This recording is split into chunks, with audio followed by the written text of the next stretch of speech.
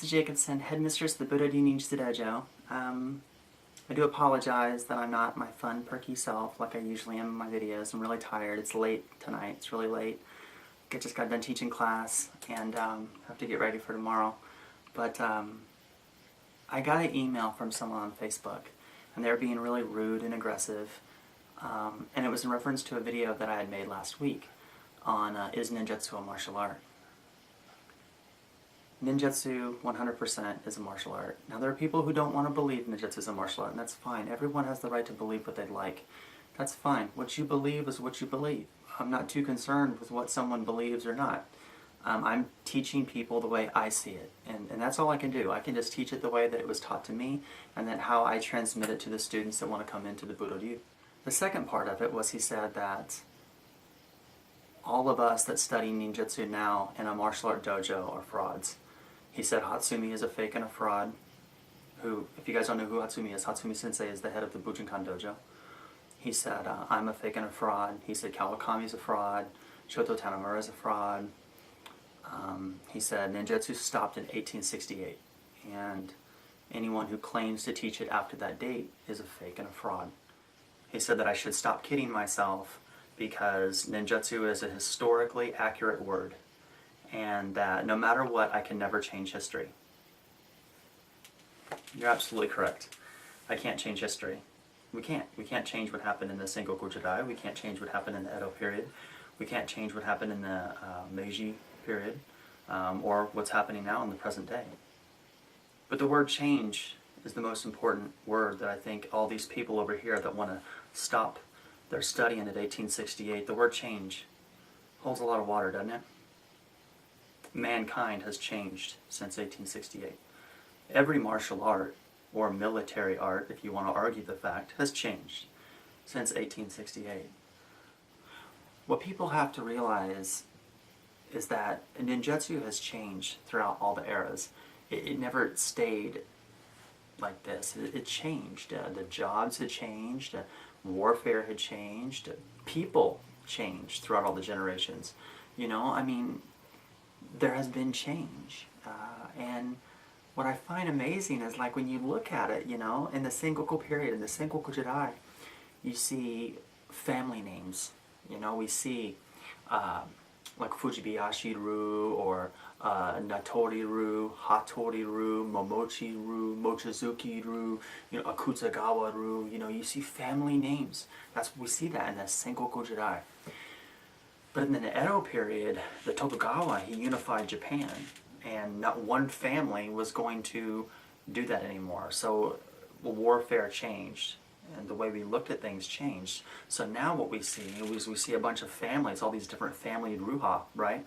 Like in this particular book, you know, the Tomoru book, you know, I list all 53 families of Koka, and I talk about all the different 53 families. Well, in the Edo period, all these families, they bonded together to make a larger force, because one family couldn't fight against a large force like Tokugawa, like Ieyasu. So you see Igaru, you see all the families of Iga, now there's an Igaru. You see all the families of Koka bonding together, and we have Kokaru. You see different families or different traditions within maybe Kishu, and now we have Kishu-ru. You know, and it's like that for all these different places, because now we have place names, because now it's an area to make a larger force. You know, now we see that in the Edo period. And then we get into the Meiji period, which again was another change, and then 1868 was what people deem as the end of the samurai, or the end of the ninja type thing.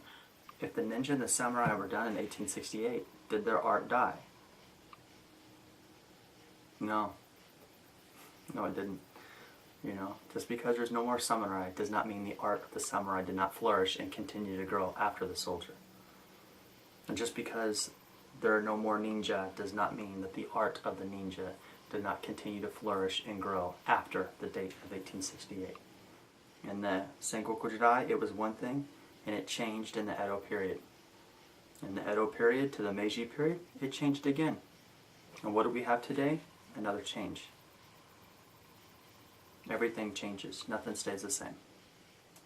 This guy said ninjutsu is dead in 1868. Dead, buried. I don't know. I think that I say that Those guys that say that are so hungry. You know, they're so hungry, they want something, and they're never going to get it. That's the sad part, is that these arguments will never stop. It's so petty, it's so childish. In 1868, in ninjutsu, the historical part of ninjutsu, 1868 is like the seed. You know, it's like a seed. And then in 1868, they buried the seed. Like you bury a dead body, you know, they buried it. No more ninja, no more samurai, 1868. Anything before 1868 is code rule. Okay, sure.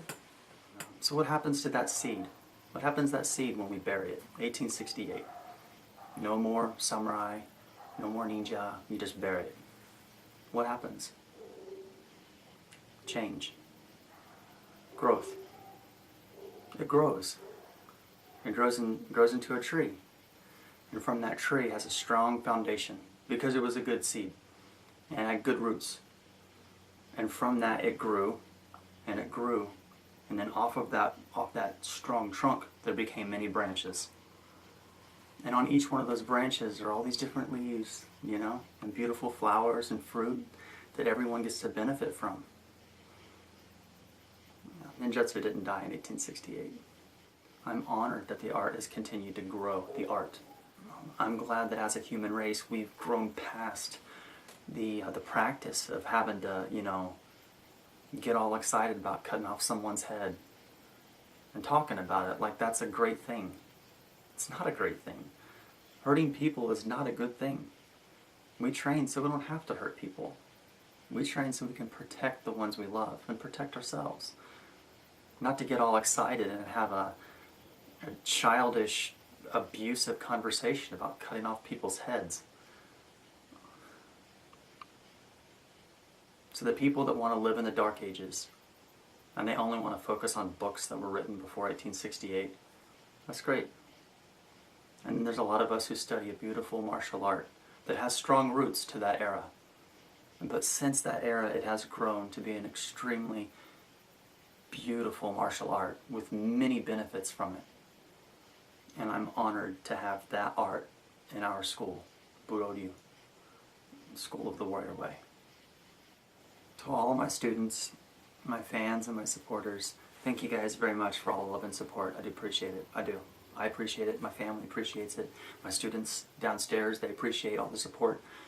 You know, it keeps us going, it keeps doors open, and it allows me to make more videos and put out more DVDs for all of you guys. So thank you so much for all the love and support. Trust me, it's greatly appreciated, and I'm honored.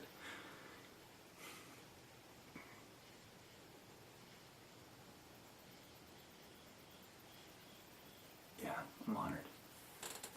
Have a good night, okay?